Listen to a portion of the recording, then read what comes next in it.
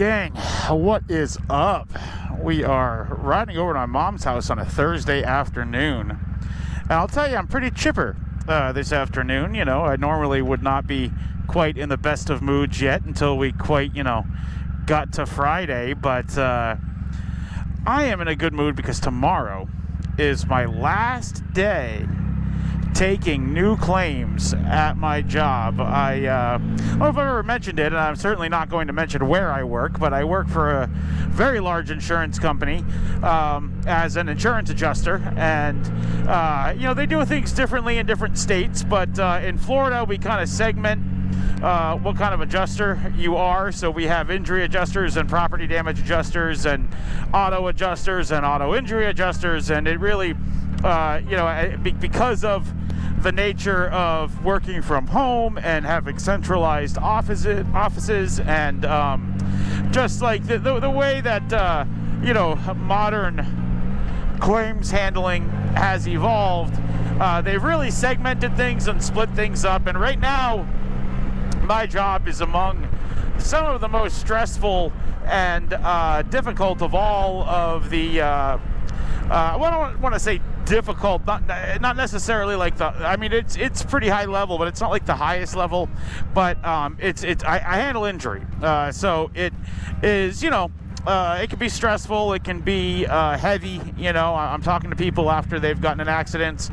Some of the people have like very basic injuries, nothing big, soft tissue, whiplash, something like that. Other people have very serious things. Occasionally I see fatalities or life-changing injuries, broken wrists, broken ankles, broken legs. And sometimes it's very much not fair. Sometimes my insured doesn't have enough coverage to cover the damages, and I've got to reach settlement with somebody when I know that they're not getting everything they need, but I'm kind of stuck with what my policy is, and sometimes I have to deny claims because there's just not enough evidence or too much evidence or what have you, and so I have a lot of hard conversations with people all day long. I always joke that my job is essentially just making phone calls, and it is, but they're heavy phone calls, and the workload is really insane. Actually, I could tell you, if you come to my channel for motorcycle advice or information, let me give you some non-motorcycle advice.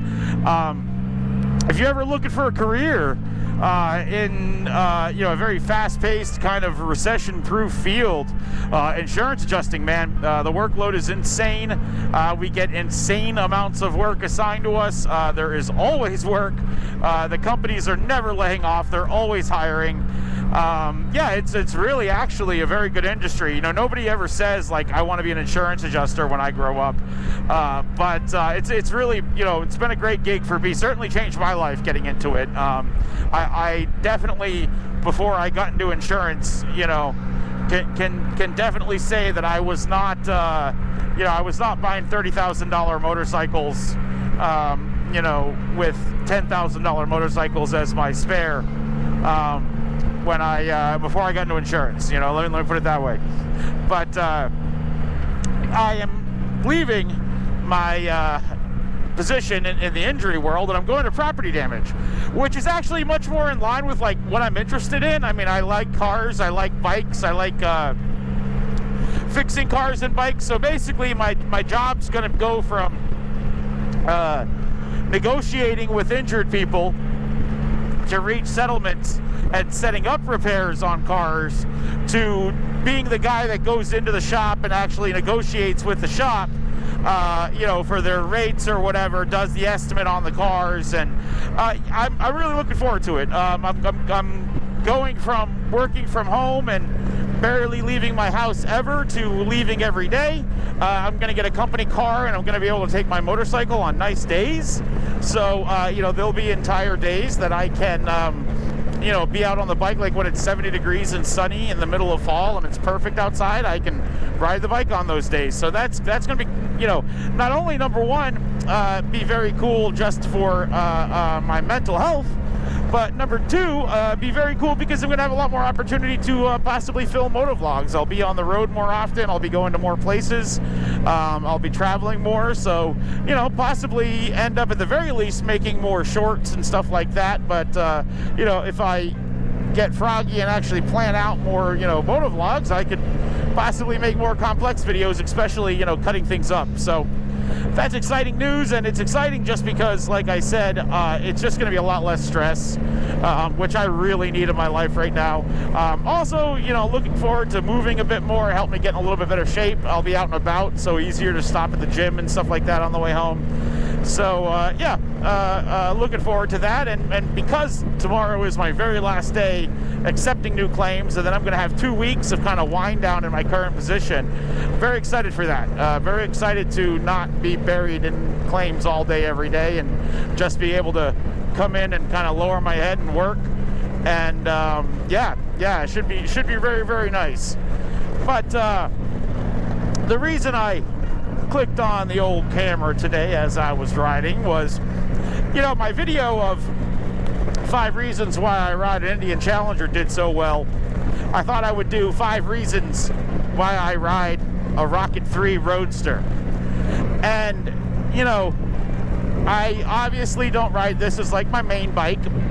You know, this is kind of the secondary ride these days, but that's only because of the fact that I've got like 56,000 miles on her, and she was my daily for the better part of 4 years, which is the longest I've ever, you know, had a bike as my only bike.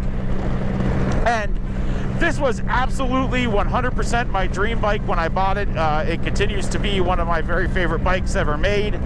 And yeah, so I thought I'd explain, you know, why, number one, why I am so crazy about rockets, but did not go out and buy a new Rocket, you know, 3, not III. That's because that's actually, if you didn't know that, there is a differentiation. The original rockets, the Rocket 3s, are Rocket III.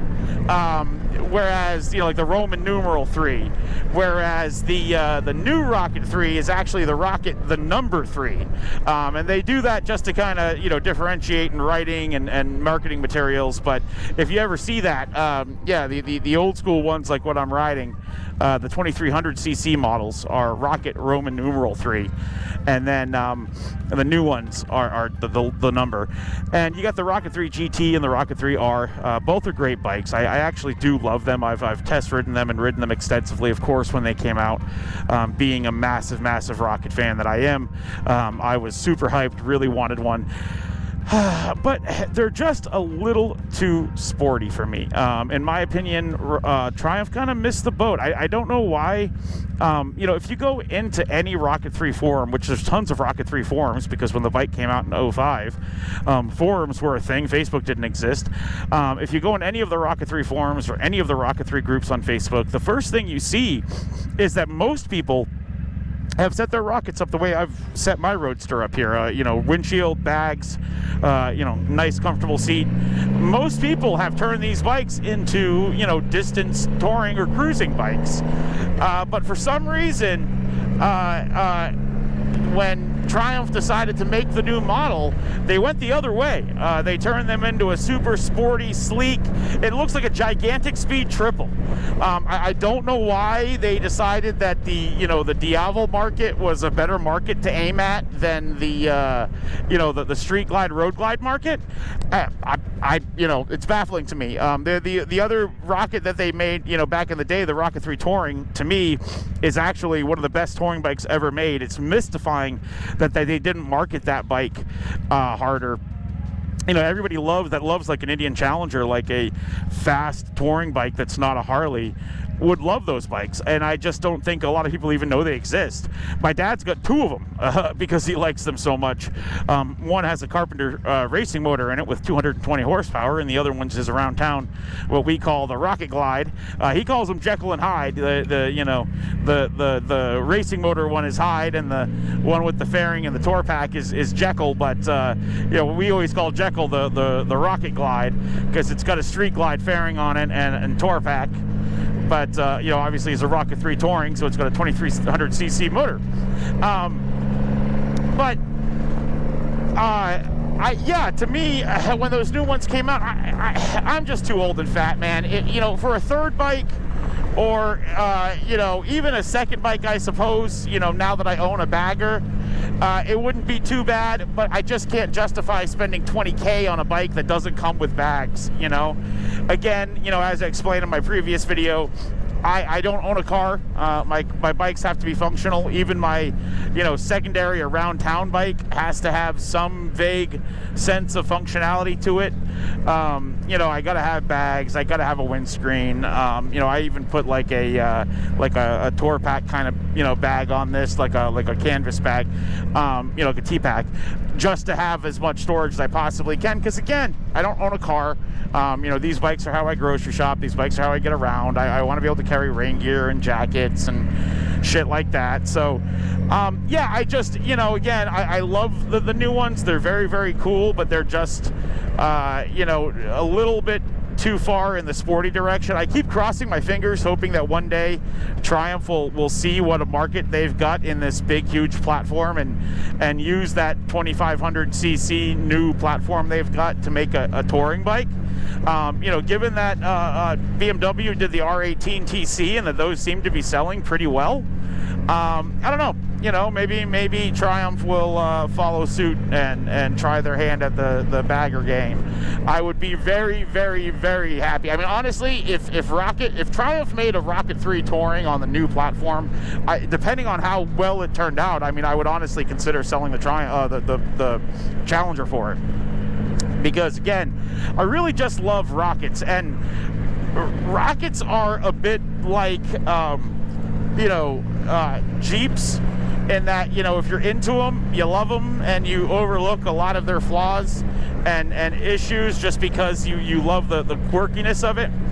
And so, you know, to me, you know, these, again, no particular order, but 5 reasons why I ride a Triumph Rocket 3 Roadster.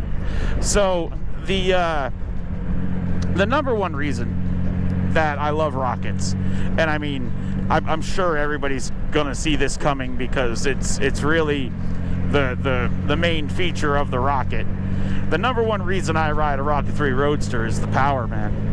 I you know, obviously, these are a 2300cc inline 3, and that's the thing that's really special about these. It's not just the enormous mass; it's the fact that it's an inline 3. It's not a parallel twin. It's not a V twin. It's not a V4 or an inline 4. It's an inline 3, and inline 3s are very special motors. They produce kind of like maximum torque with at the same time being able to wind up.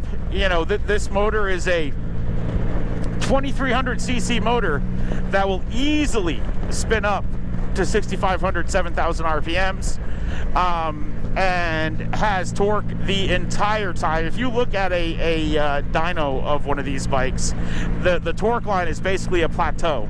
The torque and the horsepower intersect at like 2,000 RPMs, and the torque never goes down. This thing has 150 foot-pounds, or well, mine anyway, has 152 foot-pounds of torque, and has it the entire way down the rev range. You know, my Challenger has got 120 foot-pounds of torque, which is amazing, but it's got it basically at, you know, a very key portion of its rev range, the power band. And that's the same for most, you know, bikes that rev. You have a very specific power band where the bike makes the most power. The Rocket is not like that. This thing makes badass, bottomless torque the whole way down the rev range. You can launch this bike in fifth. If you don't believe me, go watch Bikes and Beards video on the Rocket 3. He does it just to prove the point. You can ride this thing like an automatic. It can launch in fifth. You literally could just leave it in third and ride, because it literally has so much torque that it's never going to stall out. And again, it revs to 3,000 or 4,000 RPMs, so you literally can do 60 or 70 miles an hour in third gear, no problem. And, you know, you may think that this power, you know, the main usage for it would just be to go fast. But there's other uses for it. There's the fact that it just like launching is so effortless. You never have to worry about, you know, lugging or being underpowered in any gear you're in. You never have to worry about, you know, anemic launches or not being able to get ahead of somebody. You could be 70 miles an hour in traffic, pin the throttle, and the bike will stand up. Or you could be off the line, pin the throttle, and the bike will stand up. You know, it really makes for a fun riding experience and a very smooth one. This bike has very linear power. It almost feels electric. Like it always pulls when you twist the throttle. And that is really just such it's such a unique experience. I could just say that no matter how many other bikes I've ridden, no matter how powerful they are, you know, big built 131s, anything, nothing feels like a Rocket. And you know, with 130 horsepower, 140 something foot-pounds of torque right off the lot, and you know, at least 20 more horsepower on the table just from doing pipes in a flash. These are one of the baddest bikes ever made, and they're just very, you know, unique. The second reason is the aesthetics. And, you know, I am aware that these aren't the most traditionally pretty bikes in the world. I joke all the time that the Rocket has a face only a mother could love. I love the dual headlights. I just think they're so unique and quirky. I've never quite seen a bike with these exact lines and this exact aesthetics. I love the traditional Triumph double headlight. I love like the British kind of, you know, skeevy sensibilities. In my opinion, you know, Triumph is like the steeziest of the European brands. You know, you've got a lot of these other European companies like Ducati and BMW that are super classy, you know, super you know, hoity-toity. You know, they you know, the guys that build Ducatis, they lift their pinky fingers when they drink their tea. You know, and even, you know, the other British brands are just you know, to me, Triumph is like the Jaguar of bikes, not the Aston Martin of bikes. You know what I mean? It's just if you ever watch Top Gear, you know, it's a Jag. You have a Jag. Trump is the same way, man. They're just the you know, I don't know, the steezy underbelly of European bikes, and I really think that they have, you know, very unique sensibilities when it comes to the bikes they make and the styles they use. And to me, the Rocket, especially the OG, you know, Rockets like mine, are just such a unique design sensibility. Just all these big bubbly pieces, these huge tanks, the 240 rear, you know, how low and long the bike is. They're just a very unique look. You can pick one out of a crowd immediately, and there's just nothing quite like them. And I always joke that with the Rocket 3, you can pull this bike up to a bar or a restaurant, you can back up and wait a few minutes, and a crowd will form. And even to this day, with it, you know, having had this bike for 7 or 8 years, I still can pull up to a bar, stand back, and watch people come up and look at this thing. Because if you know anything about motorcycles but have never seen one of these, you know enough to look at it and go, what the fuck is that thing? They see the big, huge 2300cc inline 3, the big, huge gearbox, the massive tank, and the bear claw, and you know, they're pulled in. They're like, holy shit, this thing is massive. It's got to be insanely powerful. And I've had cops, I've had old men, I've had women and children. This bike pulls more attention than any other bike. And honestly, like when I switch from this bike to other bikes, it kind of makes me sad because I really don't get, you know, the neck breaking that this bike causes. And yes, it is mostly among like old men and motorcycle nerds, but it's amazing the attention one of these attracts. If you know anybody that rides with a Rocket or you have a Rocket, I'm sure you'll agree with me. Nothing pulls attention like these bikes, you know. And you know, it's funny. I think that might be the end of the list. You know, I know I said 5 reasons, but honestly, the other 3 reasons are power. you know, again, I don't know, and I guess, you know what, reason 3 is the unexplainable, like, sentimental attachment I feel to these models of bikes. My dad bought one of the third Rocket 3s in the state of Florida. He pre-ordered the bike before it came out. It was really the third Rocket 3 in the state of Florida. It was one of the first ones sold in the U.S. period. He read about the bike in a magazine, went down to a Triumph dealership at a time where Triumph really was not popular in the U.S. Immediately put a down payment on the bike, was fourth in line, and the third person canceled, and he got his red OG 2005 Rocket 3, and I fell in love with the bike instantly then. Always wanted one. Fast forward, you know, a decade and a couple bikes for me, and I'm looking to upgrade from my VTX 1800C, you know, looking for something that would be an upgrade from that bike, which honestly is a tough act to follow, especially in 2015. Or 2017 was the year. But, you know, that VTX was a tough act to follow in 2017. And I, you know, started looking around for different bikes. And went to Cycle Trader. And one moment here.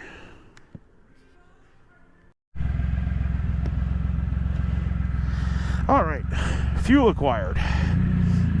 Anyway, yeah, so I was stepping off my 1800C, looking for a bike that would fill the hole that the 1800C left, and you know, those are some pretty big shoes to fill. That's a powerful bike, a fun bike, comfortable bike, and I didn't really think at the time that a Rocket would be in my price range. This was prior to getting into insurance. I was making okay money. I was a help desk rep for a huge telecom company, and you know, I was looking for a bike somewhere in the $10,000 to $15,000 range. I was really looking at like Raiders or like Thunderbird Storms, because I always did like Triumphs. Again, my dad had a Rocket.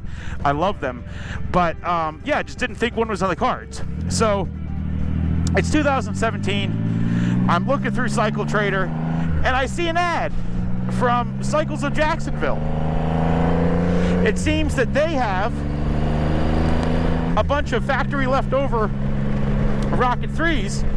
You know, in 2017, the Rocket 3 came out in 2005. They had the Rocket 3, the Rocket 3 Classic, then they did the Rocket 3 Classic and the Rocket 3 Touring. And then they did the Roadsters, which, you know, these ran from like, I think it was like 2012 to 2018. In 2017, you know, it was a bike that was new, but was based on an older platform. And they just weren't selling super well. Plus, these are a very niche bike, right? Like, not a lot of guys are looking for a 2300cc motorcycle. And, you know, a lot of the people that are into, like, bigger power bikes are, oddly enough, into Harleys. And so, you know, it was a niche market that really wasn't attracting, you know, basically most of the people that wanted Rockets had them. And so, you know, they had a bunch that they weren't selling, and lucky me, this bike retailed for $15,000 at the time. They had brand new 2016, so it was 17, it was a year-old bike, but was 0 miles. And they wanted only $10,000 for it, so $5K under list. That was such a good deal at the time that, like, when I told people about it, they called me a liar, and I had to show them the ad. You know, and I called my dad, and I was like, Dad, you know, look at this price on these Rockets. Should I buy one? And he was like, holy shit, if you don't buy one, I'm gonna. So I called them up, and initially I wanted to do, because again, red's my favorite color, and I think I talked about in the Challenger video how initially I wanted a black gloss Rocket with a red stripe, but they couldn't get one of those in, and then I saw the matte ones they did get in, and I fell in love with the color. And, you know, I've set it up with red accents and been super happy with it. And you know, just that whole process of like not thinking that I was going to be able to buy one, and then seeing one for sale right in my price range in the color scheme I liked, it was too good of an opportunity to pass up, and that's how I got my girl here, and that is why I ride a Rocket III Roadster. Keep your head up, boys. You have a jet.